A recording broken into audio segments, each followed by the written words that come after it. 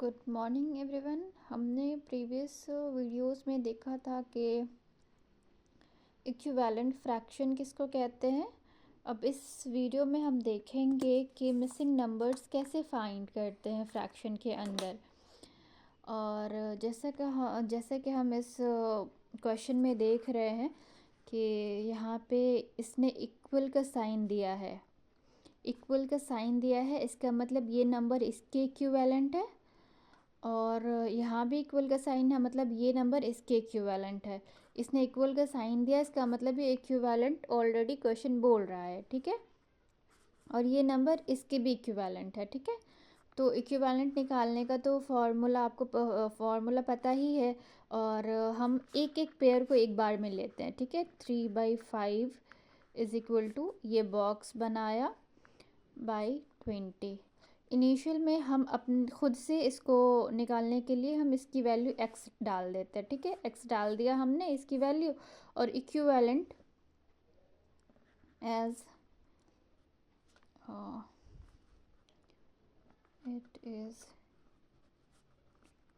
Valent. ये जैसे कि ये इक्विवेलेंट है, इक्विवेलेंट होने का मतलब क्या होगा, 3 × 20 इज इक्वल टू जो वैल्यू आएगी, इसको इससे मल्टीप्लाई करके जो वैल्यू आएगी 60, और इससे इसको मल्टीप्लाई किया तो 5 × x is equal to 5x।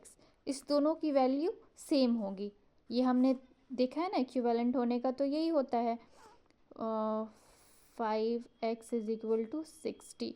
तो यहाँ से x की वैल्यू क्या आई, 12 आई।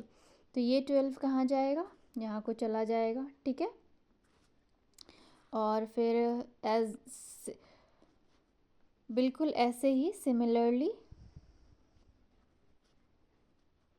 3/5 ये किसके इक्विवेलेंट होगा, 6 ये जो नीचे में एक बॉक्स दिया हुआ है उसके।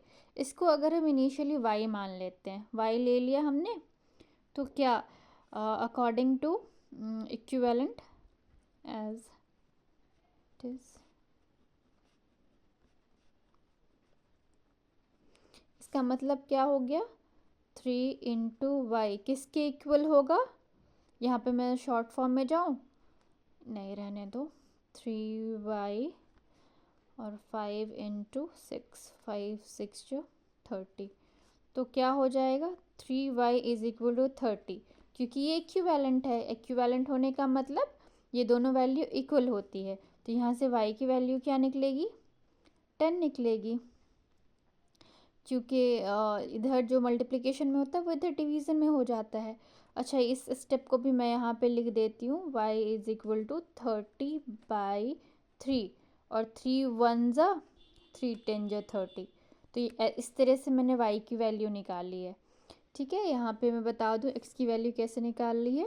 x इज इक्वल टू, इधर मल्टीप्लिकेशन में है ना, ये मल्टीप्लिकेशन में ना x के साथ ये 5, जैसे ही ये इक्वलिटी को इधर आएगा तो ये डिवीज़न में कन्वर्ट हो जाएगा। तो क्या हो जाएगा, 60/5।